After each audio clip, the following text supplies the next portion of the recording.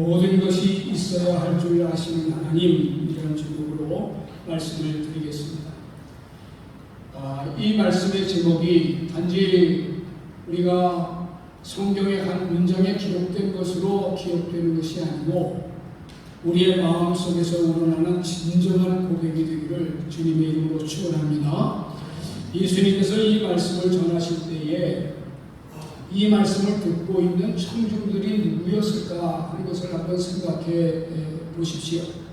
이분들은 대부분 갈릴리 지방에 살고 있는 아주 평범한 사람들이었습니다. 어부도 있었고요, 농부도 있었고, 노동자도 있었고, 그리고 보장된 직업이 없이 먹을 것 때문에 힘들어하는 많은 사람들이었습니다. 더욱이 이들은 로마의 압제에 있었기 때문에 일을 하게 되면 대부분의 많은 돈들을 세금으로 뜯겼고 살기가 매우 궁핍한 사람들이었습니다. 바리새인들은 죄인 취급을 해서 하나의 공동체를 이루어 살아가기에 매우 부적절했던 사람들이었습니다. 그래서 요아킴 에레미야스라고 하는 신학학자는 예수 시대의 예루살렘이라는 책 속에서 예수님의 말씀을 들었던 이 사람들의 무리를 아베 하레츠라고 명명을 했습니다. 이건 번역하면 땅의 사람들이라는 얘기인데요. 바리새인들은 아마 하늘의 사람들은 자기들이고 땅의 사람들은 저주를 받은 사람들이라고 생각했기 때문에 이 명칭을 불렀던 것 같습니다. 그래서 이 하메 하레츠는 가난하고 멸시받던 평범한 사람입니다. 이들의 마음속에는 날마다 목하는 부르짖음이 있었습니다. 주님, 우리 아이들에게 먹을 빵이 없습니다. 물은 더러워서 아이들이 마실 물을 먹고 나면 배탈이 나서 고통스럽습니다. 아이에게 입힐 옷 한 벌이 없습니다. 이 절박한 상황에 있는 무리들입니다. 이 절대 빈곤 속에서 허우적거리는 이 사람들을 모아놓고 예수님께서 말씀하시기를 무엇을 먹을까? 무엇을 마실까? 무엇을 입을까? 염려하지 말라. 그렇게 말씀하시는 것입니다. 어쩌면 이 백성들의 상황을 모르고 예수님께서 아주 약하게 말씀하시는 것 같아요. 어떤 사람에게는 상처가 될 것입니다. 예수님이 사랑이 많다고 하시는데 말씀하는 것을 들어보니까 우리의 형편을 전혀 헤아리지 못해요. 우리 지금 먹을 때거리가 없어서, 아이에게 밥을 먹을 때거리가 없어서, 마실 물이 없어서 그 물 한 동이를 길러 오기 위해서 먼 곳까지 가서 물을 길러 와야 하고, 그것도 금방 떨어지면 또 가서 그 물을 길러 하면 사람들이 쭉 서 있어서 마실 물 때문에 걱정이 태산 같은데 걱정을 하지 말라니 예수님은 우리의 상황을 이해하지 못하구나, 이렇게 생각할 수 있습니다. 그러나 사랑하는 성도 여러분, 예수님이 이들의 상황을 모르셔서 이런 말씀을 하셨을까요? 예수님도 가난한 가정에서 태어났습니다. 태어나실 때 그는 누울 방이 없었어요. 어렸을 때는 헤롯의 낯을 피해서 애국으로 도망갔습니다. 예수님은 한평생 살아가면서 내가 편안히 누울 곳이 없다라고 말할 정도로 가난한 사람들과 함께 살으셨습니다. 오히려 가난한 사람들의 현실을 누구보다도 잘 알고 몸소 그것을 느끼고 있던 분이셨습니다. 그러나 예수님께서 지금 문제를 삼고 계시는 것은 가난 자체가 아니라 가난과 생존의 문제로 하나님을 바라보지 못하는 그들의 마음입니다. 많은 사람들을 앞에 놓고 너희들이 생존의 문제로 걱정하고 있는 것을 내가 알지만은 그것보다도 더 근본적으로 파고 들어갈 하나의 문제가 있는데 너희들이 하나님을 잃어버리고 있다 하는 것들을 지적하고 있는 것입니다. 이런 상황 속에서 예수님께서 이들에게 들려주고 싶은 이야기가 있었습니다. 그것은 첫 번째로 염려하지 말라는 것입니다. 염려라는 단어는 메린나우라고 하는 헬라어인데요. 이 말은 뭔가를 좀 급하게 생각하면서 이것을 어떻게 펼쳐나갈까 그렇게 생각하는 단어가 아니고 한 가지 걱정에 매여서 마음이 여러 갈래로 찢어지는 상태를 의미합니다. 어떻게 살지? 어떻게 헤쳐나가지? 생존의 문제가 그를 감싸고 그의 마음이 갈기갈기 찢어져 버리는 상태입니다. 그런데 예수님께서 염려하지 말라 이렇게 말씀하십니다. 이것은 우리가 무책임하게 살아가라는 말씀이 아닙니다. 미래를 준비하지 말라는 것도 아닙니다. 농부는 씨를 뿌려야죠. 부모는 자녀를 돌봐야 합니다. 일할 수 있는 사람은 성실하게 일을 해야 합니다. 아픈 사람은 치료를 받아야 하고 노후를 지혜롭게 설계하고 준비하는 것은 우리가 마땅한 해야 할 일입니다. 예수님은 준비와 참을 금하신 것이 아닙니다. 예수님께서 경계하신 것은 염려가 우리의 마음을 지배함으로써 마음이 상상조각이 나고 바라봐야 할 하나님을 바라보지 못하는 그 마음을 지금 지적하고 있는 것입니다. 예수님께서 이렇게 말씀하십니다. 너희 중에 누가 염려함으로 그 길을 한 자나 더하소이까. 염려는 문제를 해결하지 못한다는 것을 우리에게 다시 한번 일깨워 주는 것입니다. 아무리 속상하고 헤쳐나갈 수 없는 문제라도 염려 그 자체가 그 문제를 해결할 수 없다고 하는 것은 우리가 잘 알고 있는 일입니다. 오히려 마음만 무너질 뿐입니다. 염려는 내일의 짐을 없애지 않습니다. 오히려 우리가 염려하고 있다면 내일 감당해야 될 힘마저도 빼앗길 것입니다. 일어나지 않은 일을 미리 끌어다가 오늘의 마음의 짐을 짓는 일이야말로 우리가 하나님을 바라보지 못하는 데서 오는 아주 나약한 본성입니다. 혹시 병이 더 심해지면 어떡하나? 자녀에게 문제가 생기면 어떡하나? 돈이 떨어지면 어떡하나? 노후에 나를 돌볼 사람이 없으면 어떡하나? 다른 사람보다 뒤처지면 어떡하나? 관계가 깨어지면 어떡하나? 이렇게 앞에 닥쳐져 있지 않는 문제를 미리 끌어다가 염려하는 것은 죄악된 본성의 잘못된 습관 때문에 오는 것입니다. 이런 것들이 꼬리에 꼬리를 물고 우리의 마음속에 잡혀 있습니다. 하나님의 일하심을 볼 수가 없습니다.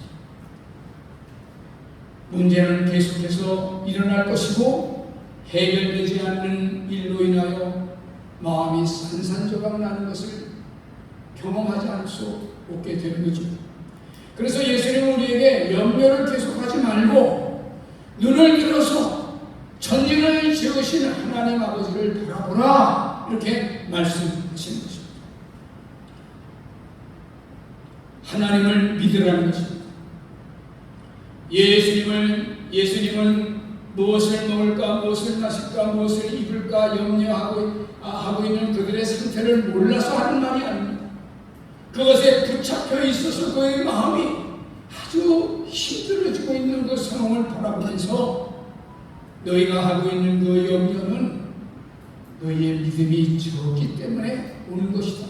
그렇게 하시면서 믿음이 적은 자들아 그렇게 말하는 것입니다. 믿음이 없다고 말씀하는 것은 아닙니다. 현실의 문제가 하나님보다도 더 크게 보여서 현실의 문제를 바라보면 하나님이 보이지 않고 그 문제를 해결하는데 자기가 해결할 수 없는 것을 붙들고 마음을 갈기갈기 이렇게 헤쳐 놓는 것이죠. 이들은 이스라엘을 인도하셨던 하나님을 인식하지 않았습니다.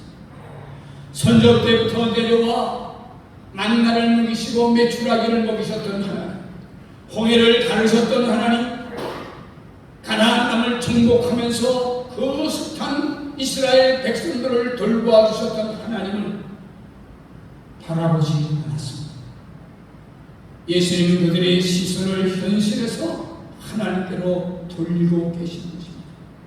공중의 새를 보라, 들의 꽃을 보라, 누가 입히시고 먹이시는, 하물며 새도 키우고 꽃도 돌보시는데 너희들을 먹이시고 기르시고 입히시지 않겠느냐. 하나님이 이 이야기를 하는 것은 하나님이 새를 돌보신다는 것을 강조하기 위함이 아니라 새보다 훨씬 더 귀한 하나님의 자녀들을 왜 돌보지 않겠느냐 말씀하시는 것입니다. 사랑하는 성도 여러분, 오늘 우리들의 삶도 크게 다르지 않습니다. 먹고 마시고 사는 절대 빈곤의 수는 줄었습니다. 그러나 상대적인 빈곤감은 너무 커졌습니다. 다른 사람들과 비교해서 빈곤감을 누리고 더 가지기 위해서 마음의 초조함을 나며 내며 내 마음을 불편한 대로 자꾸 몰아갑니다. 돈을 걱정합니다. 건강을 걱정합니다. 자녀를 걱정합니다. 노후를 걱정합니다. 늘 풍요 속에서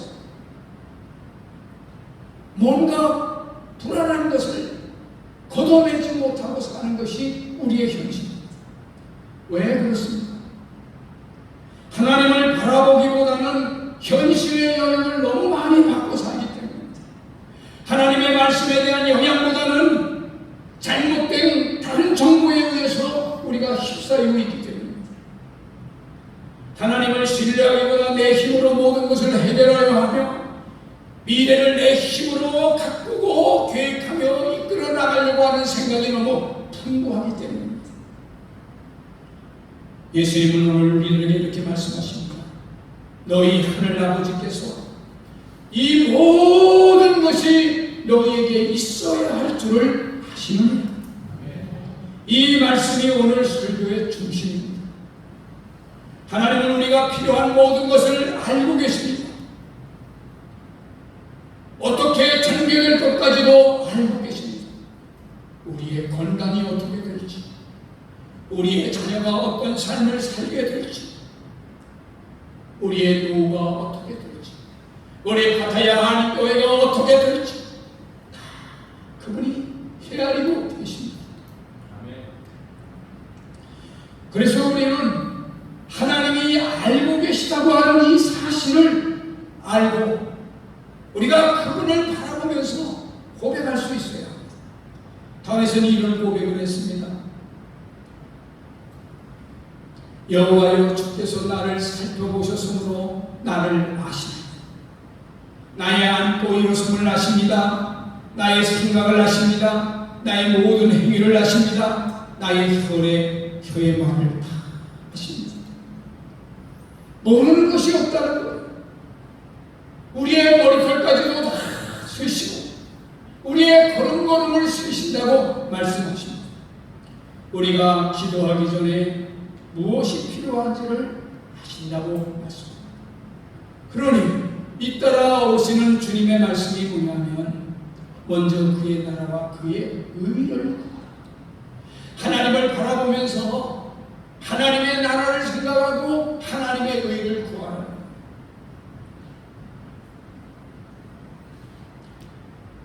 이 구절을 여러분 다시 한번 같이 한번 읽어보겠습니다. 시작. 그러므로 염려하여 이르기를 무엇을 먹을까 무엇을 마실까 무엇을 입을까 하지 말라. 이는 다 이방인들이 구하는 것이다. 너희 하늘 아버지께서 이 모든 것이 너희에게 있어야 할 줄을 아시느냐. 그런즉 너희는 먼저 그의 나라와 그의 의를 구하라. 그리하면 이 모든 것을 너희에게 더하시리라. 우리의 필요를 아시는 하나님께서 우리의 연결을 맡기고 살아가는 믿음의 사람들에게 모든 것들을 더하시겠다고 말씀하셨습니다.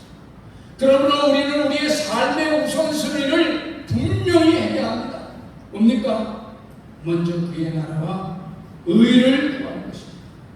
그것은 이 말의 의미는 하나님의 말씀, 하나님과의 올바른 관계를 갖고 하나님의 통치 아래 들어오라는 거예요.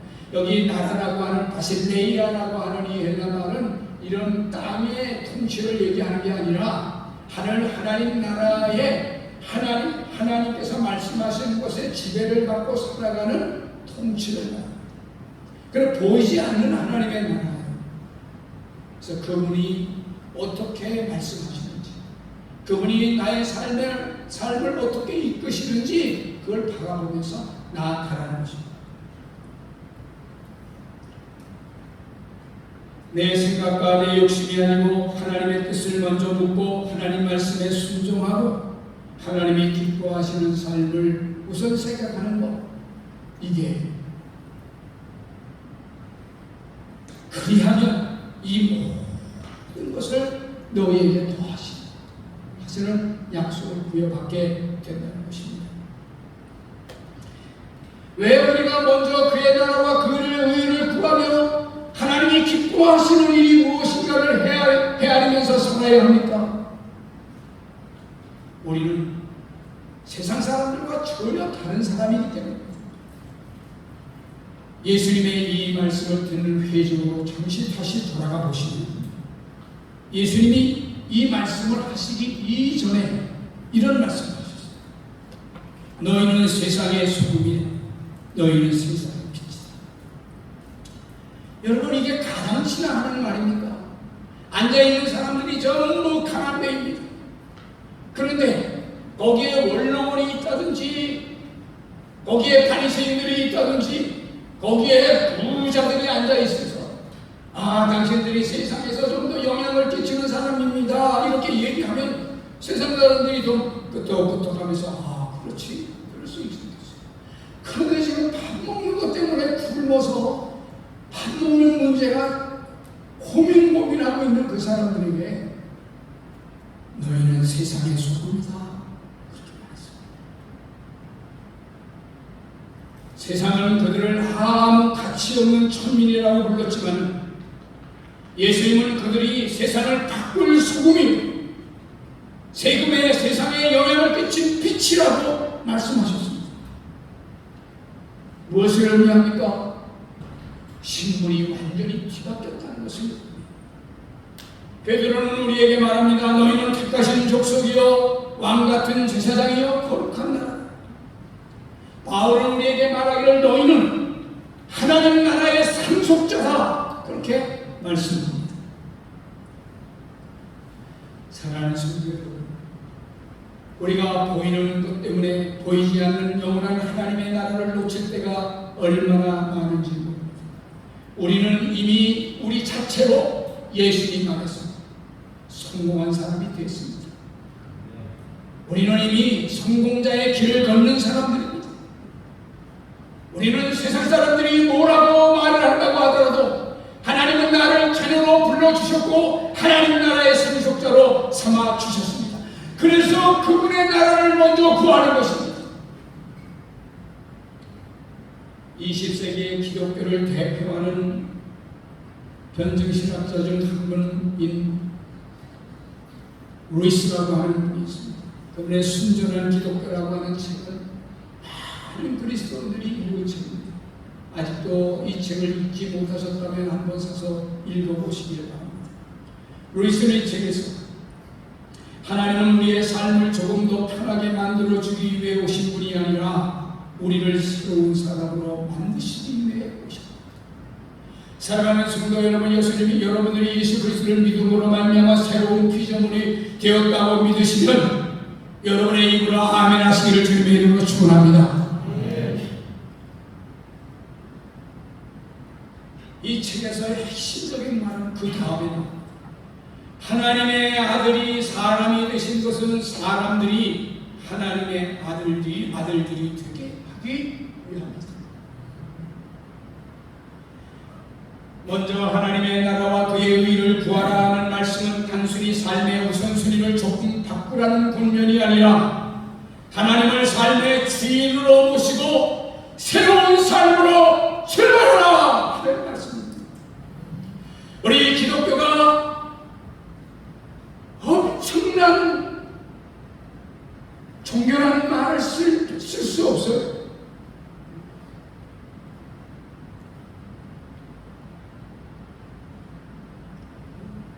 기독교가 욕을 먹는 단체입니까?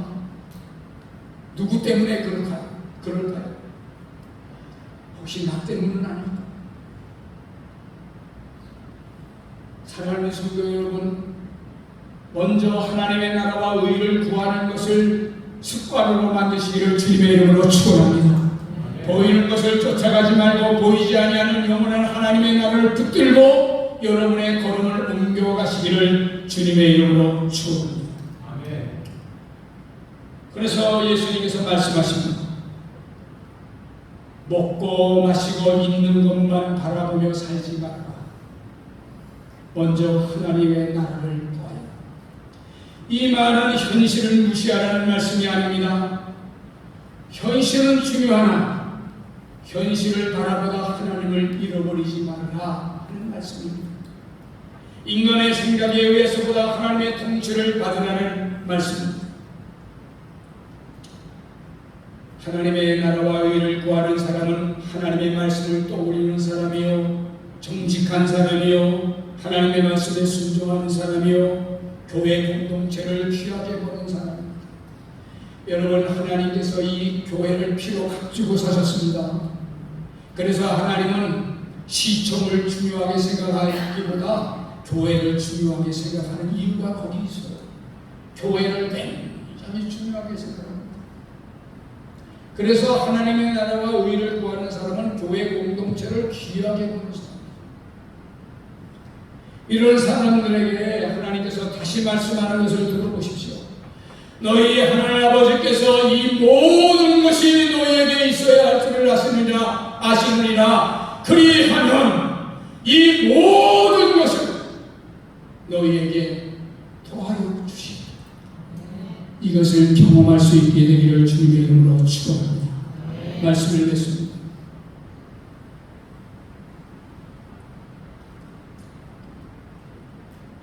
우리는 염려를 하며 살아가도록 교육받았습니다. 그래서 사실 염려의 자연스러운 사람은 없습니다.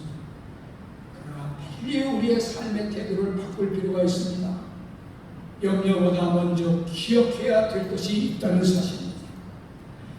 우리에게는 하나님 아버지가 계십니다. 그 아버지는 우리의 형편을 아십니다. 우리의 눈물을 아십니다. 우리에게 무엇이 필요한지를 아십니다.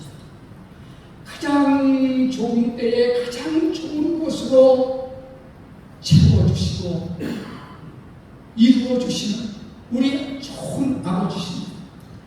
그러므로 염려보다 하나님을 먼저 바라보십시오. 문제에 휩싸이기보다 문제를 하나님 앞에 내려놓고 하나님을 바라보십시오. 모든 것을 알고 계시는 하나님을 신뢰하며 살아가는 우리 모두가 다 되시기를 주님의 이름으로 축원합니다.